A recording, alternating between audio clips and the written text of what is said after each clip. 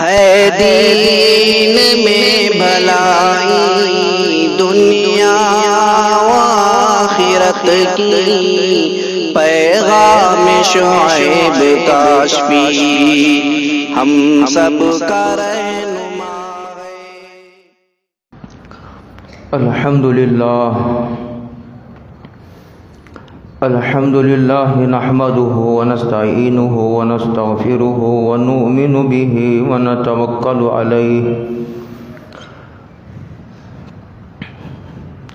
ونعوذ باللہ من شرور انفسنا ومن سیئات اعمالنا، من يهده الله فلا مضل له ومن يضلله فلا هادي له، ونشهد أن لا إله إلا الله وحده لا شريك له، لا ضد له ولا ند له، لا مثل له ولا مثال له، ونشهد أن سيدنا وسندنا ونبينا ومولانا محمدا عبده ورسوله، أرسله الله تعالى إلى الناس كافة بشيرا ونذيرا بين يدي الساعة، من يطع الله ورسوله فقد رشد واهتدى، ومن يعص الله ورسوله فقد ضل وغوى۔ أعوذ بالله من الشيطان الرجيم، بسم الله الرحمن الرحيم، يا أيها الذين آمنوا قوا أنفسكم وأهليكم نارا، صدق اللہ مولانا العظیم۔ قابل قدر بزرگوں، دوستوں، بھائیوں، السلام علیکم ورحمۃ اللہ وبرکاتہ۔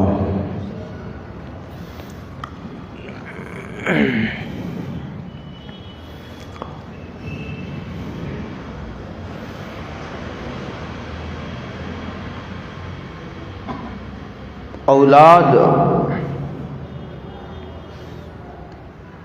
یہ ایک عظیم نعمت ہے اللہ کی۔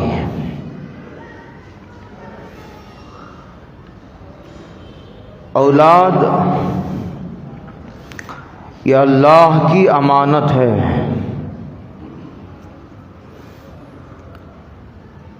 اور جب امانت میں کوتاہی کی جاتی ہے اس کی حفاظت میں، تو پھر اس پر گرفت ہوتی ہے، مواخذہ ہوتا ہے۔ یہ نعمت اس وقت بنے گی جب اس کی تربیت کی جائے گی، اور اولاد کی تربیت اس وقت ہوگی جب ماں باپ نیک ہوں گے۔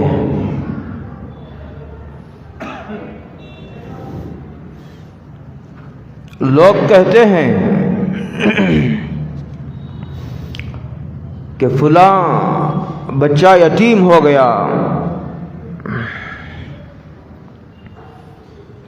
فلاں بچے کے سر سے باپ کا سایہ اڑ گیا،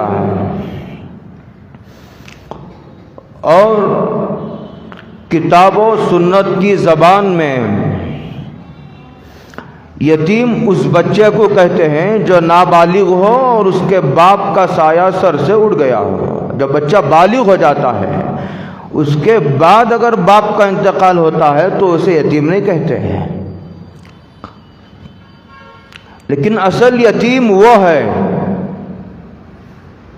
جس گھر میں تربیت کرنے کا ماں کو سلیقہ نہ ہو، اور باپ کو بچوں کے لیے وقت دینے کے لیے فرصت نہیں ہے، وہ بچہ یتیم ہے۔ اصل یتیم وہی بچہ ہے جس کے گھر میں تربیت کرنے کا ماں کو سلیقہ نہ ہو اور باپ کے پاس فرصت نہ ہو۔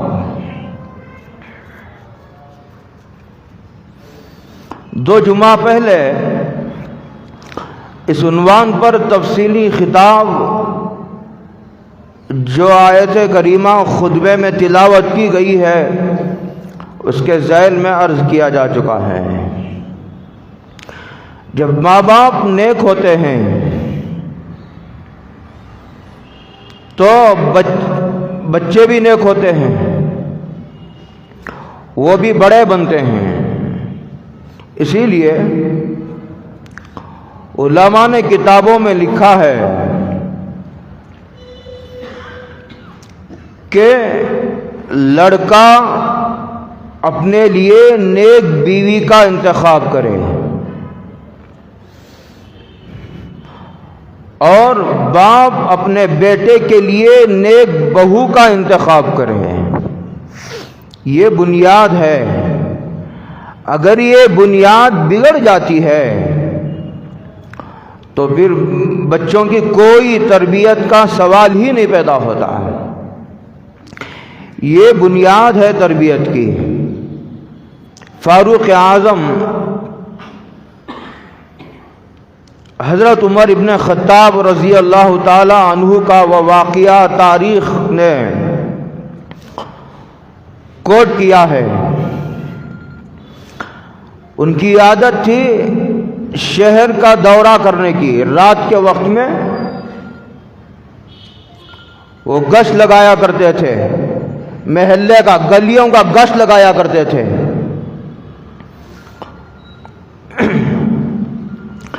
گشت لگاتے لگاتے ایک مرتبہ ایسا ہوا، ایک جھونپڑی کے پاس سے حضرت کا گزر ہوا۔ ایسا بادشاہ اور ایسا سلطان اور امیر المومنین نے شاید ہی دنیا دیکھے ہو، شاید ہی دنیا نے دیکھا ہو، تو بادشاہ ہو کر رعایا کی حالات کی خبر رکھنے کے لیے وہ گشت لگا رہا ہے۔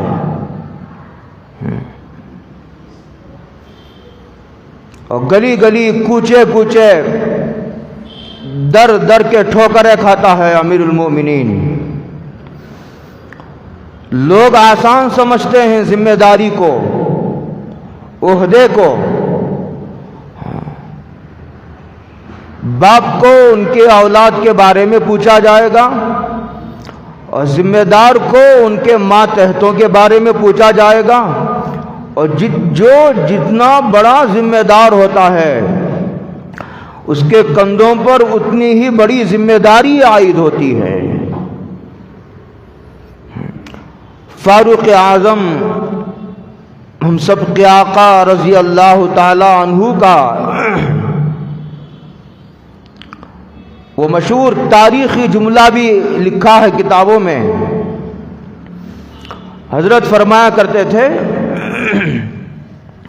کہ اگر میری فرما روائی میں، اگر میری حدود سلطنت میں ایک کتا بھی بھوکا مر جائے تو عمر کو ڈر ہے قیامت میں اللہ پکڑ کر کے پوچھے گا عمر بادشاہ بننے کی کیا ضرورت تھی؟ جب تجھے ذمہ داری نہیں سنبھالی جاتی تو تجھے کس نے مجبور کیا تھا بادشاہ بننے پر؟ لوگ آسان سمجھتے ہیں۔ ایک مرتبہ گشت لگا رہے تھے فاروق اعظم رضی اللہ تعالی عنہ، ایک جھونپڑی کے پاس سے گزر ہوا تو ماں اپنے بیٹی کو کہہ رہی ہے کہ پانی میں دودھ ملا دو، دودھ میں پانی ملا دو، دودھ میں پانی ملا دو۔ بیٹی کہتی ہے کہ اماں جان، امیر المومنین کا یہ حکم ہے کہ دودھ میں پانی ملا کر کے نہیں بیچا جا سکتا بازار میں. پورے بازار کو مدرسہ بنا دیا تھا حضرت فاروق اعظم نے. اور یہ حکم نامہ جاری فرمایا تھا کہ جس آدمی کو کاروبار کے مسائل کا علم نہ ہو ہمارے بازار میں تجارت نہ کرے. لوگ یہ سمجھتے ہیں کہ نماز پڑھنا پورا دین ہے. نماز تو ایک جز ہے اس کا, ذکر و تلاوت تو ایک جز ہے اس کا. دن تو پورا سر سے لے کر پیر تک ایک پورا مکمل نقشہ ہے. جیسے ایک مکمل پوری بریانی ہے جس میں گوشت بھی ہے, جس میں چاول بھی ہیں, جس میں تیل بھی ہے, جس میں گرم مسالہ بھی ہے, وغیرہ وغیرہ. پورے تمام اجزاء مل کر کے نا بریانی بنتی ہے.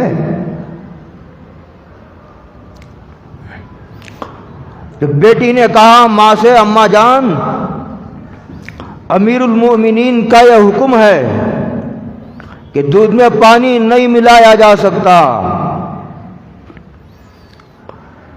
تو بیٹی پلٹ کر کے جواب دیتی ہے کہ امی جان,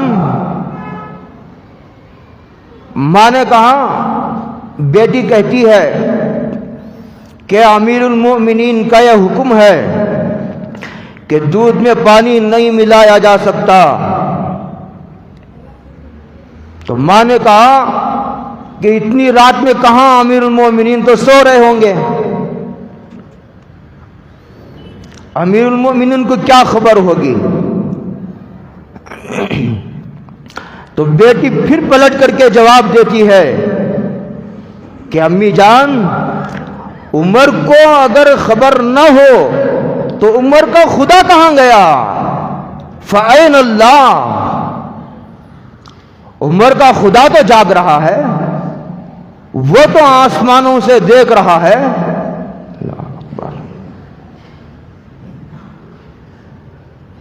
حضرت عمر رضی اللہ تعالی عنہ نے نشان لگا دیا, گھر پر خاموش چلے آئے.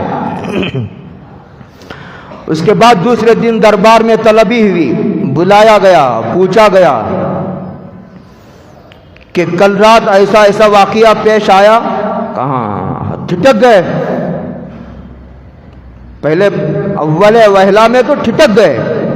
امیر المومنین کو کس نے خبر کر دی؟ یہ تو بالکل رات کا واقعہ ہے جو ساری دنیا پر سناٹا چھایا تھا اور ساری دنیا سو رہی تھی. امیر المومنین کو کس نے مخبری کر دی؟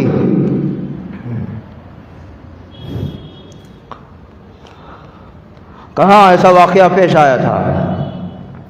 اس کے بعد اپنے حضرت عمر رضی اللہ تعالی عنہ نے اپنے بیٹے حضرت عاصم کے لیے رشتہ مانگا. وہاں سے بات چلا رہا ہوں میں کہ لڑکے کو یہ حکم ہے کہ اپنے لیے نیک بیوی کا انتخاب کرے.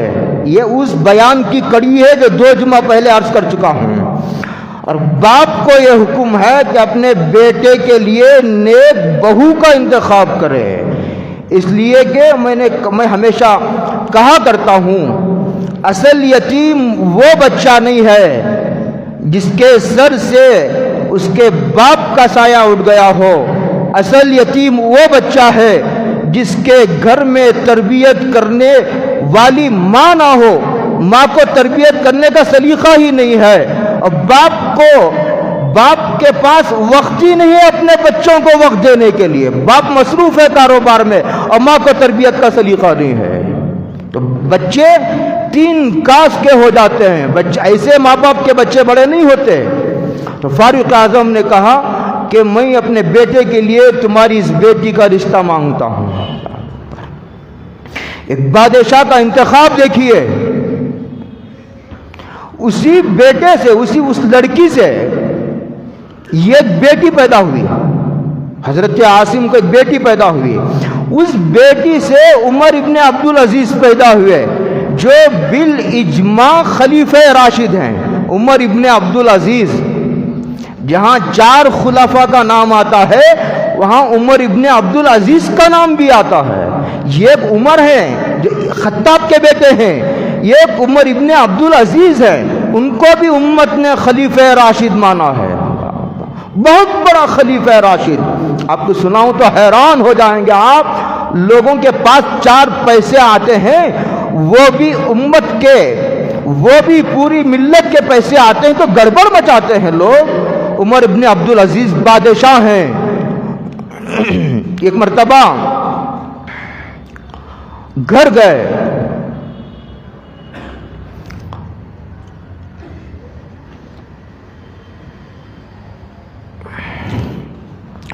بیٹی کو آواز دی تو بیٹی آتی ہی نہیں ہے، دوسری مرتبہ پھر آواز دی، بیٹی آتی ہی نہیں ہے۔ عمر ابن عبدالعزیز کو ذرا ناگواری ہوئی کہ میں یہ آواز دیتا جا رہا ہوں اور بیٹی باہر آتی ہی نہیں ہے، گھر میں موجود ہے۔ بہت دیر کے بعد گیلے کپڑے پہن کر کے باہر آئی تو پوچھا کہ کیا وجہ تھی، میں بہت دیر سے پکار رہا ہوں، بلا رہا ہوں، اب آنے کا نام نہیں لیتی۔ کہا کہ ایک ہی تو جوڑا ہے، میلا ہو گیا تھا، نکال کر کے دھو کر سکنے کے لیے ڈالی تھی، میں برہنہ تھی، آ کیسے سکتی تھی؟ لوگ سمجھتے ہیں کہ تاریخ میں نام ویسے ہی تاریخ محفوظ کرتی ہے۔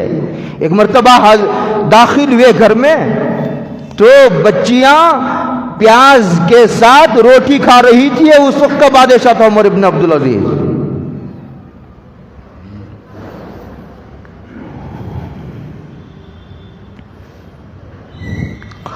عبد القادر جیلانی رحمت اللہ علیہ کا نام تو سنا ہوگا،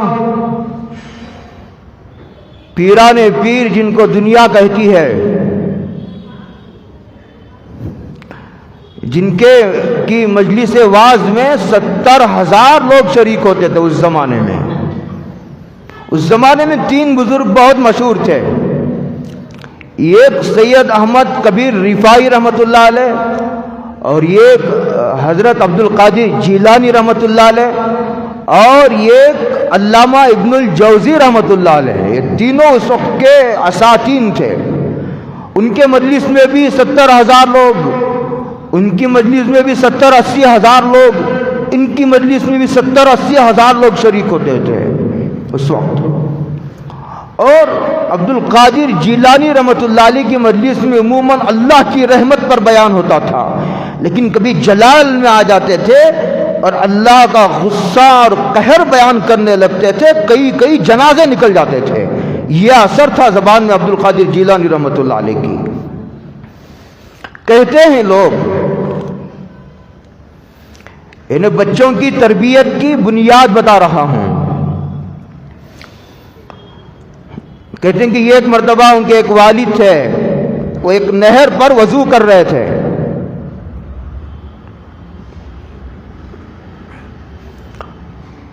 اوپر سے ایک سیب بہتا ہوا آیا، بھوک لگی ہوئی تھی، اٹھا کر کھا لیا۔ کھانے کے بعد احساس ہوا کہ مجھے نہیں کھانا چاہیے تھا۔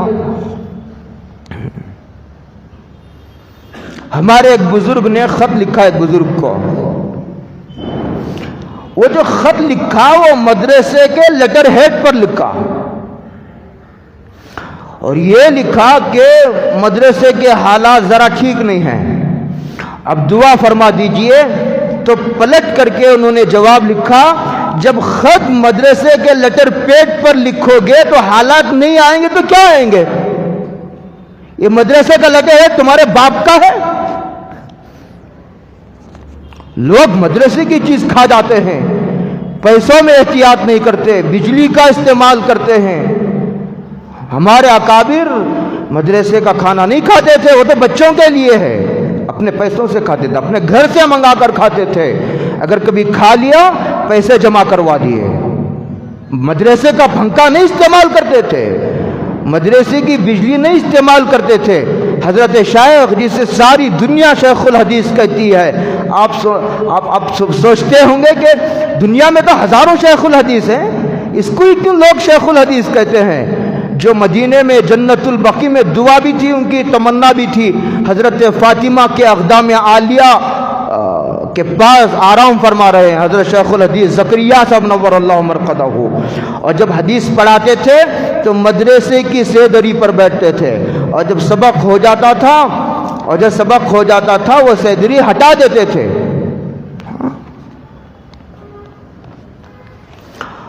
اور اگر گھر سے جو کھانا آتا تھا اگر مدرسے کی آگ پر اگر گرم کر لیا اس کے پیسے جمع کرواتے تھے، جب جا کر کے شیخ الحدیث ہیں۔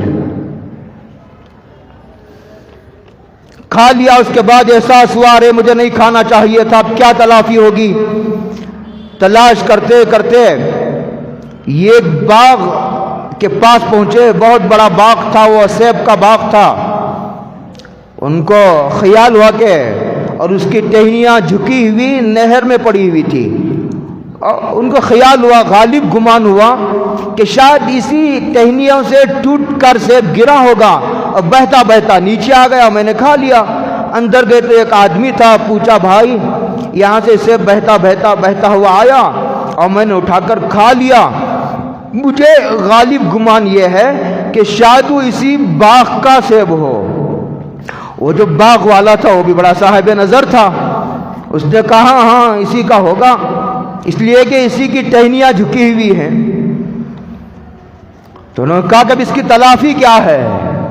مسئلہ تو یہ ہے کہ اگر سیب بہتا ہوا آ گیا، کوئی کھا گیا، تو کھانے والے کو جرمانہ نہیں ادا کرنا پڑے گا، مسئلہ تو وہی ہے۔ لیکن جس کو اللہ کے سامنے کھڑے ہونے کا خوف ہوتا ہے وہ لوگ بڑی احتیاط کرتے ہیں۔ اللہ کے سامنے کھڑا ہونا کوئی آسان ہے؟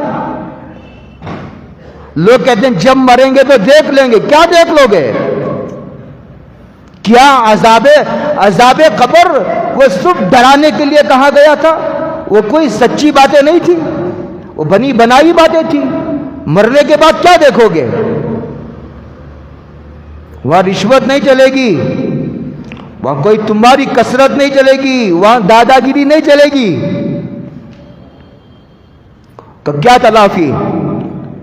باغ کے مالک نے کہا کہ تمہیں باغ کی 12 سال خدمت کرنی پڑے گی، نوکری کا منظور ہے، سستا سودا ہے۔ اگر 12 سال خدمت کر کے بھی وہ سیب کا جرمانہ ہرجانہ ادا ہو جاتا ہے تو سستا سودا ہے۔ اچھا، ہمارے دارالعلوم دیوبند کے ایک سفیر تھے، چندہ کر کے واپس آ رہے تھے، رسید گم ہو گئی، رسید گم ہو گئی۔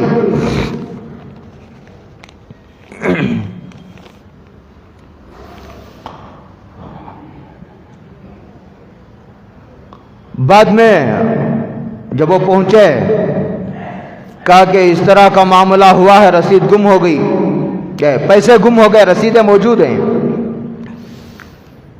تو اس وقت دارالعلوم دیوبند کے سرپرست اعلیٰ تھے حضرت رشید احمد گنگوہی رحمۃ اللہ علیہ، اللہ کروڑوں برکتیں کرے حضرت کی تربت پر۔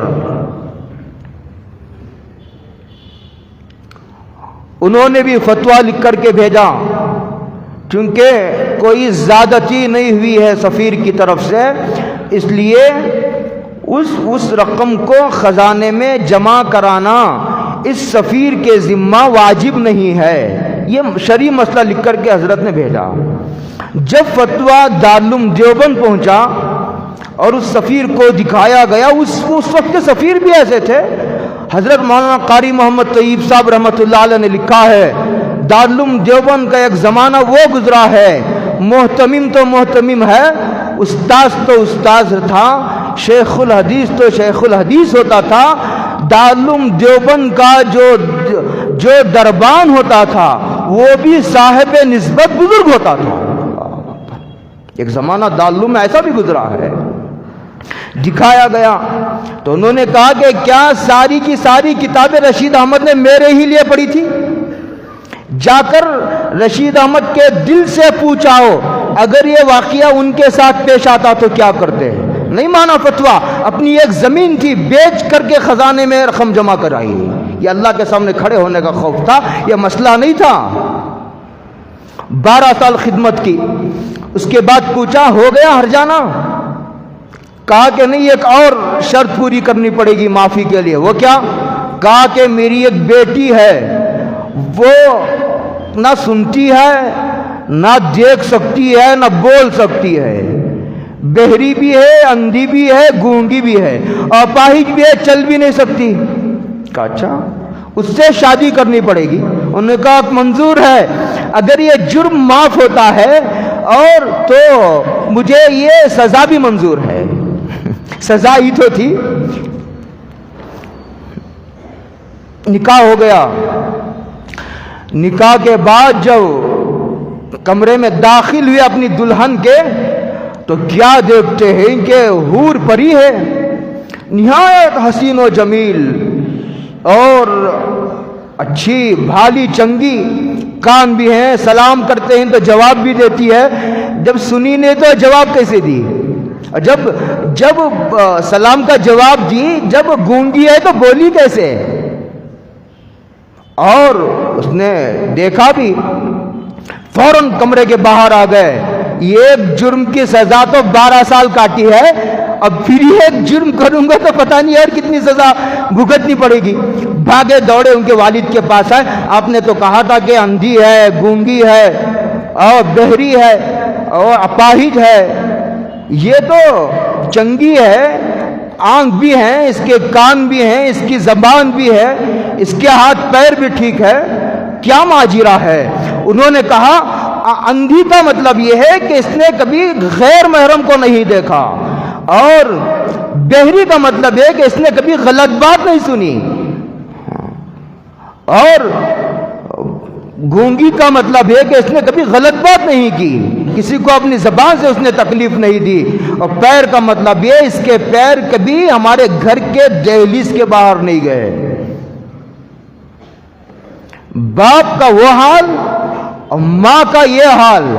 جب باپ ایسا اور ماں ایسی ہو تو کیا عبد القادر جیلانی نہیں پیدا ہوگا؟ تو اولاد کی تربیت میں سب سے بنیادی نقطہ یہ ہے کہ ماں باپ خاص طور سے وہ حلال روزی کا اہتمام کرے. مجھے یاد آتا ہے، اچھا یاد ہے مجھے، دارالعلوم دیوبند میں جب حدیث پڑھتے تھے، استاذ الاساتذہ رحمۃ اللہ علیہ نے اپنا خود واقعہ سنایا تھا کہ جب میں پیدا ہوا، مفتی سعید احمد صاحب پالن پوری رحمۃ اللہ علیہ نے سنایا تھا کہ جب میں پیدا ہوا تو مجھے اٹھا کر اپنے والد ڈھابیل میں حضرت مولانا ادریس صاحب کاندھلوی رحمۃ اللہ علیہ تھے، ان کے پاس لے کر گئے دعا کے لیے. انہوں نے دعا بھی کی، تہنیک بھی کی. اس کے بعد نصیحت کرتے ہوئے فرمایا کہ حرام لقمے سے بچانا. ایک ہی نصیحت تھی، نصیحت تو ایک دو ہی ہوتی ہے، کوئی لمبی تقریر تو نہیں ہوتی. موقع کی مناسبت سے ایک دو باتیں کہہ دی جاتی ہیں. اس وقت کی یہی اہم بات تھی. انہوں نے کہا کہ بچے کو حرام لقمے سے بچانا اگر تم اپنے بچے کو بڑا بنانا چاہتے ہو. اتنا ہی کہا. باپ نے، ان کے والد نے اس بات کو پلے باندھ لیا. لوگ پہلے مانتے تھے، وہ مانتے بہت تھے. اب یہی تو خرابی آ گئی، لوگ مانتے ہی نہیں. ایک تو سنتے ہی نہیں، جو سنتا ہے وہ مانتا ہی نہیں. یہ تو ساری مصیبتوں کی جڑ ہے.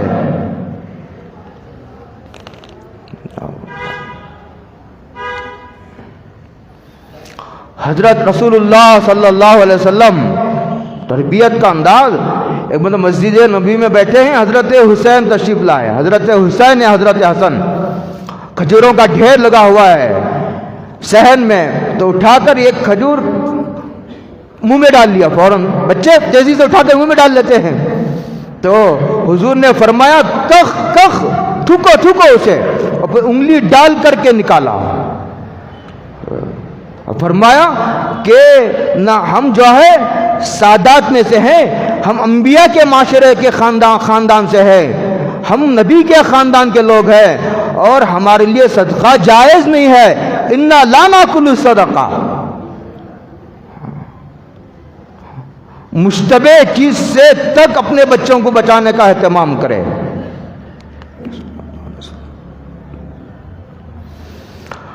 اور انسان میں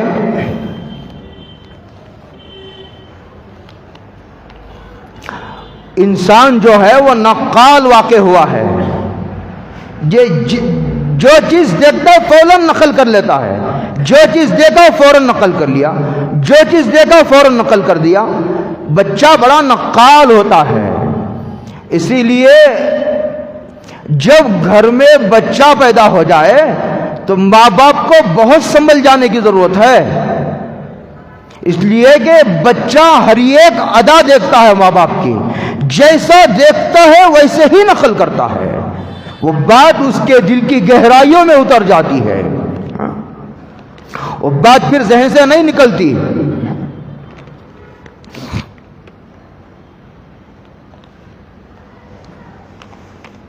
اس لیے ماں باپ کو آئیڈیل بننے کی ضرورت ہے۔ اگر یہ چاہتے ہو کہ بچہ نمازی بنے، بچہ بعد میں نمازی بنے گا، پہلے ماں باپ کو نمازی بننے کی ضرورت ہے۔ بچہ بعد میں قرآن پڑھے گا، ماں باپ کو پہلے قرآن پڑھنے کی ضرورت ہے۔ میں نے 2 جمعہ پہلے بھی کہا تھا، ایک بزرگ سے کسی نے کہا کہ تم 2 سال تک روزانہ یہ قرآن کریم مکمل پڑھو گے تو اللہ تمہاری نسلوں میں قرآن کریم کے فیض کو جاری فرما دیں گے۔ کسی بزرگ نے نصیحت کی تو 2 سال تک باپ نے روزانہ یہ قرآن کریم مکمل پڑھا۔ یہ ہوتے ہیں ماں باپ کی تربیت کی، بچوں کی تربیت کی بنیاد یہ ہوتی ہے۔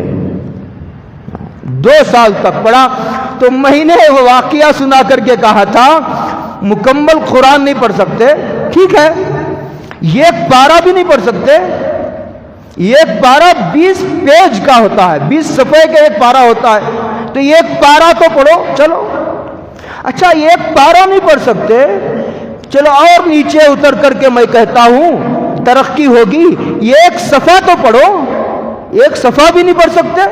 ہر چیز کے لیے وقت ہے، قرآن پڑھنے وقت نہیں۔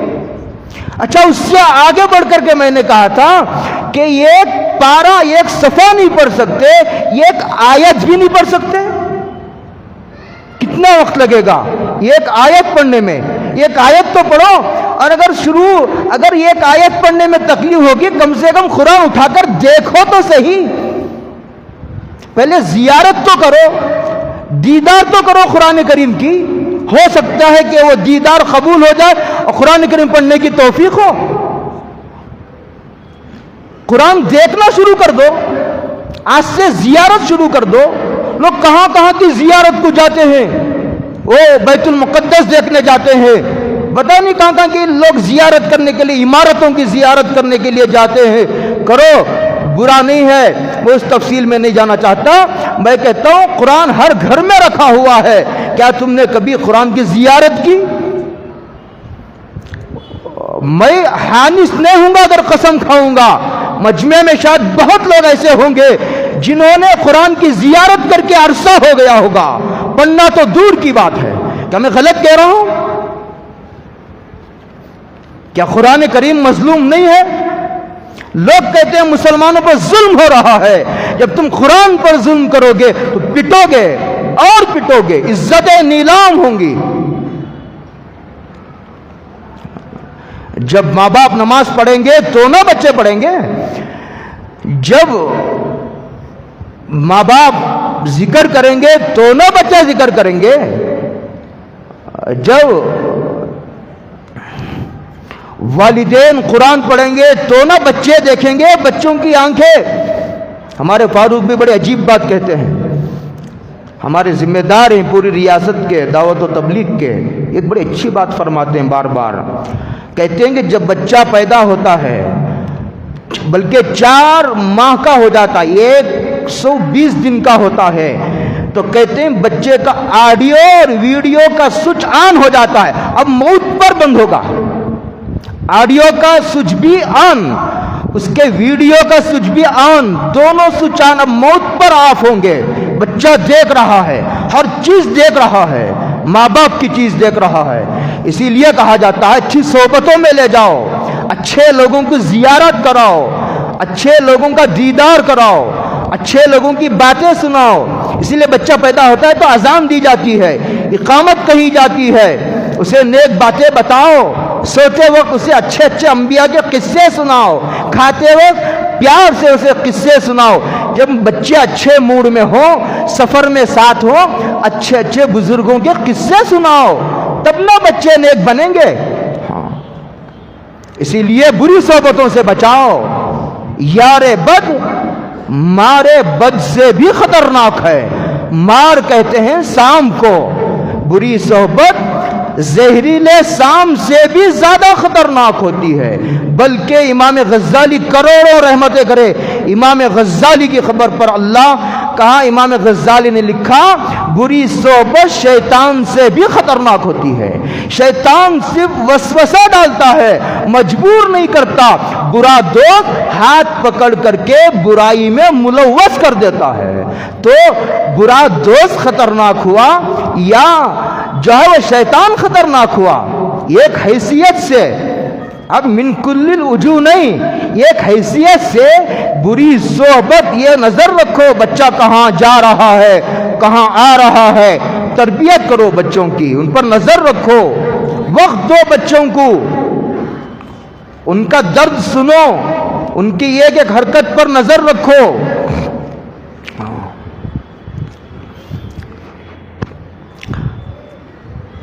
خواجہ قطب الدین بختیار کاکی رحمت اللہ علیہ کا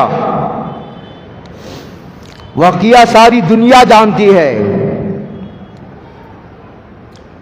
خواجہ قطب الدین بختیار کاکی جن کا مزار دلی میں ہے, مجھے بھی حاضری کا شرف حاصل ہے. یہ جو قطب مینار ہے انہی کے نام سے بنایا گیا ہے. اتنے بڑے اللہ کے ولی ہوئے, مغل بادشاہ بیٹھے ان سے. خواجہ التمش جو ہے, یہ جو التمش ہے ان کی خبر اندر ہے قطب مینار کے اندر. وہ بادشاہ تھے, وہ قطب الدین بختیار کاکی سے بیٹھ تھے. ان کا بڑا اچھا عجیب واقعہ ہے. اب میں نہیں ادھر جاتا. تو جب بچہ پیدا ہوا, باپ کا سایہ سر سے اڑ گیا. یتیم بچوں کی لمبی داستانیں ہیں. بایزید بستامی یتیم تھے, اسحاق ابن راہوہ یتیم پیدا ہوئے, امام شافعی یتیم ہو گئے. کتنے بچے یتیم ہو گئے. اس میں خواجہ قطب الدین بختیار کاکی بھی. کہ ماں نے کیسی تربیت کی.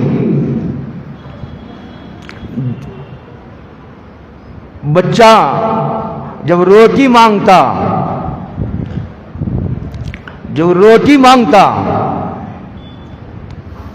تو ماں کہتی, بچے بیٹے روٹی تو سب کو اللہ ہی دیتے ہیں, لہذا تم بھی اللہ ہی سے لو. اس نے کہا کہ امی جان کیا ساری دنیا کو روزی اللہ ہی دیتے ہیں؟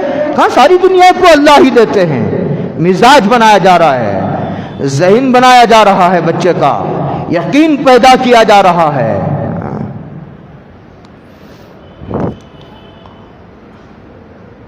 وہ کہیں الماری میں روٹی چھپا دیتی. کاکی روٹی کو کہتے ہیں ہندی زبان میں. کہتے بچے مصلی بچھاؤ, دعا کرو, دیکھو کہیں وہیں روٹی اللہ نے بھیج دی ہوگی. بچہ ذرا نیچے اوپر کرتا, روٹی مل جاتی. یہ ایک مرتبہ کسی شادی میں گئی ماں, روٹی بنانا بھول گئی کہ جلدی آ جاؤں گی, آ کر بناؤں گی, دیری ہوتی ہے, کبھی 1-8 گھنٹے کی دیری ہو جاتی ہے. دیر سے پہنچی اور بڑی پریشان ہو کر کے پہنچی. اتنے دن سے بچے کی ذہن سازی کر رہی تھی, بچے کا یقین بنا رہی تھی. سارا یقین مٹی میں مل جائے گا. اللہ سے دعا کرتی ہوئی, روتی ہوئی, ہامتی دوڑتی ہوئی آئی تو دیکھا کہ قطب الدین بختیار کاکی رحمت اللہ علیہ جو ہے وہ بچے ہیں اور سو رہے ہیں.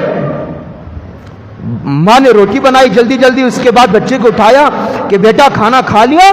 کہاں کھانا تو کھا لیا. کہاں سے کھایا؟ کہا جیسے روزانہ کھاتا تھا ویسے ہی آج بھی کھا لیا, لیکن آج کی ایک عجیب بات تھی کہ آج کی روٹی میں جو مزہ تھا وہ کبھی نہیں تھا, اس سے پہلے کبھی نہیں آیا. ماں خوش ہو گئی, اے اللہ تو نے میری لاج رکھ لی, بھرم رکھ لیا, ورنہ میں سمجھ رہی تھی کہ سارے جب اپنی بس کی کوشش آدمی کرتا ہے اللہ اس کے بعد کا کام پورا فرما دیتے ہیں. خواجہ قطب الدین بختیار کاکی رحمت اللہ علیہ, اس کے بعد خواجہ قطب الدین بنے، بہت بڑے اللہ کے ولی بنے۔ ام عمارہ کا نام جانتے ہوں گے، ام عمارہ، ان کے ایک بیٹے تھے حبیب ابن زید، مسیلمہ کذاب جس نے نبوت کا دعویٰ کیا تھا، ان کے لوگ پکڑ کر لے گئے۔ اسے ذرا غور سے سنو، پکڑ کر لے گئے اور کہا کہ تم میری نبوت کا اعتراف نہیں کرتے؟ کہا جس زبان سے محمد الرسول اللہ صلی اللہ علیہ وسلم کا کلمہ پڑھا ہے، کیا اس زبان سے تیری نبوت کا اعتراف کروں؟ ایسا ہو سکتا ہے؟ اس نے اپنے ساتھیوں کو اشارہ کیا، ایک ہاتھ کاٹ دیا۔ دوبارہ پوچھا مجھے نبی نہیں مانتے؟ کہا میں کیسے اعتراف کروں اس زبان سے؟ تیسرا ہاتھ کاٹ دیا۔ اس کے بعد تیسری مرتبہ کہا نہیں مانا، ایک پیر کاٹ دیا۔ پھر پوچھا، پھر اعتراف نہیں کیا، چوتھا پیر کاٹ دیا۔ اس کے بعد شہید ہو گئے حضرت حبیب ابن زید۔ لوگوں نے ماں کو خبر پہنچائی تمہارے بچے کا تو یہ حشر ہوا ہے۔ ماں نے کہا اسی دن کے لیے تو میں نے دودھ پلایا تھا، جان دے سکتا ہے میرا بچہ لیکن عقیدے کا سودا نہیں کر سکتا۔ میرا بچہ جان دے سکتا ہے، عقیدے کا سودا نہیں کر سکتا۔ اسی دن کے لیے تو میں نے دودھ پلایا تھا۔ واقعات سے تاریخ بھری پڑی ہے، کون سا واقعہ سناؤں؟ حضرت آپ پیر ذوالفقار صاحب کا نام تو سنا ہوگا، کتنے واقعات، حضرت جی یوسف صاحب رحمۃ اللہ علیہ کے، حضرت تھانوی کے، حضرت جی الیاس صاحب رحمۃ اللہ علیہ کے، اور حضرت جو ابھی زندہ ہے ان کا ایک واقعہ سنا دو۔ ہمارے جو حضرت پیر ذوالفقار احمد نقشبندی ہیں، کہتے ہیں کہ میرے والد روزانہ 5 پارے قرآن پڑھتے تھے، مکتب کے استاد تھے، اور روزانہ 10,000 مرتبہ درود شریف پڑھتے تھے۔ کتنی مرتبہ؟ 100 مرتبہ تو پڑھو۔ میں یہ نہیں کہتا کہ بزرگوں کا مقابلہ کرو، آسان نہیں، اتنا ابھی ہمارا ہاضمہ نہیں ہے، لیکن 100 مرتبہ پڑھنے میں کیا ہے؟ صلی اللہ علیہ وسلم۔ والدہ کا بھی یہی حال تھا، جب دیکھو قرآن، اور روزانہ 10، اور ہمارے ایسے بھی بزرگان دین گزرے ہیں جو روزانہ 1.25 لاکھ مرتبہ درود شریف پڑھتے ہیں۔ یہ مادیت کی دنیا ہے، اس میں لوگ کہتے ہیں درود شریف پڑھیں گے تو حکومت حاصل ہوگی۔ سارے دماغوں پر حکومت سوار ہے، مادیت سوار ہے۔ میں نہیں جانا چاہتا، میرا موضوع دوسری طرف جا رہا ہے۔ میں اس سے بھی اتنا کہنا چاہتا ہوں کہ اپنے بچوں کی تربیت میں ماؤں کا زیادہ حصہ ہے، والدین کا زیادہ حصہ ہے۔ 2 باتیں بتا کے بات ختم کرتا ہوں۔ یہ ایک والد تھے، انہوں نے اپنے بچے کو یہ نصیحت کی کہ بچے اپنے حضور کا نام کبھی بے وضو نہیں لیا کرتے ہیں۔ نصیحت، تربیت کرتے کرتے ایک بات بچوں کو جو بات سمجھا دی جاتی ہے نا، وہ پتھر کی لکیر ہے، وہ نہیں مٹتی۔ بچے کے ذہن میں بیٹھ گئی کہ حضور کا نام بے وضو نہیں لینا ہے۔ اس کے بعد جو ہے وہ اسکول بچہ جاتا تھا، ایک مرتبہ دیکھا کہ دینیات کی ٹیچر غیر حاضر ہے، تو دوسرے استاد آ گئے تاکہ بچے شرارت نہ کرے، ان سے مختلف جنرل سوالات کرنے لگے کہ حضور کہاں پیدا ہوئے، اور جو ہے ان کا نام کیا ہے، ان کا نام کیا ہے، وغیرہ وغیرہ۔ اس میں اس بچے کو اٹھایا جس بچے کو ان کے والد نے سمجھا دیا تھا کہ حضور کا نام بے وضو نہیں لیا کرتے ہیں، اور تم اٹھاؤ۔ ان کا نام احمد تھا۔ اٹھایا ٹیچر نے اور پوچھا کہ ہمارے نبی کا نام کیا ہے؟ خاموش، جواب ہی نہیں دیتا بچہ۔ اچھا، واقعہ یہ ہوا تھا، اس سے پہلے اسکول کا فنکشن تھا 15 دن پہلے۔ وہ جو نعت ہے وہ نبیوں میں رحمت لقب پانے والا، وہ نبیوں میں رحمت لقب پانے والا، لکھنے والے نے پانا والا لکھا ہے، اس نے ادب سے پانے والے کہہ دیا۔ وہ نبیوں میں رحمت لقب پانے والے، ادب کی وجہ سے۔ تو جو ڈپٹی کمشنر جو تھا وہ مہمان تھا، مہمان خصوصی، اس نے اپنے صدارتی خطاب میں یہ کہا کہ اس بچے کو جو ٹیچر پڑھا رہی ہے وہ نااہل ہے، وہ نبیوں میں رحمت لقب پانے والا، یا تو ٹیچر جو بہری ہے کہ اس نے سنا ہی نہیں بچے نے کیا یاد کیا، یا نہیں تو ٹیچر نااہل ہے، بڑی انسلٹ کی، ذلیل کیا ٹیچر کو. پھر اسی ٹیچر، وہی ٹیچر کلاس میں حاضر ہوئی، اسی ٹیچر نے اس بچے کو پھر سوال کیا، اسی بچے نے اس ٹیچر کو ذلیل کیا تھا وہاں اسٹیج پر. اب پھر یہ حضور کا نام ہی نہیں بتاتا. ٹیچر کو بڑا غصہ آیا کہ یہ بڑا ضدی بچہ ہے، جو بولتے ہیں وہ کرتا ہی نہیں. بہت مارا، بہت مارا. اس کے بعد بچے کے پاس کوئی جواب نہیں. جب انٹرول کا وقت ہوا، کھانے کا وقت ہوا، بچے سب گئے تو وضو کر کے آیا بچہ. وضو کر کے آیا تو اب لکڑی لے کر کے ٹیچر نے پوچھا اب بتاؤ ہمارے نبی کا نام کیا ہے؟ اس نے کہا کہ ہمارے نبی کا نام محمد ہے صلی اللہ علیہ وسلم. ٹیچر نے کہا اتنی بات تو تم پہلے بھی کہہ سکتے تھے. کہہ سکتا تھا لیکن اس وقت میں وضو سے نہیں تھا. یہ تربیت کا نتیجہ ہوتا ہے. ماں باپ جیسی بات سمجھائیں گے، جیسی تربیت کریں گے ویسی تربیت ہوگی. بات بہت دور جا پہنچی، وقت ہو گیا ہے. اللہ ہم سب کو عمل کی توفیق عطا فرمائے. اور بھی جو ہے مستقل کتابیں ہیں، اور حضرت پیر صاحب کی بھی ایک کتاب ہے اولاد کی تربیت کے سنہرے اصول، اردو میں ہے، شاید انگریزی میں ترجمہ بھی ہو گیا ہے، مجھے معلوم نہیں. دیکھو نیٹ پر دستیاب ہے، اگر ہے تو لے کر کے پڑھو. خاص طور سے ان کو جو ماں باپ بن گئے یا ماں باپ بننے والے ہیں، ان کو چاہیے کہ اس کا بغور مطالعہ کریں اور اس تربیت کے اصول پر بڑی گہری نظر رکھے تو بچے کسی نہ کسی کام کے بنیں گے. اللہ ہم سب کو عمل کی توفیق عطا فرمائے.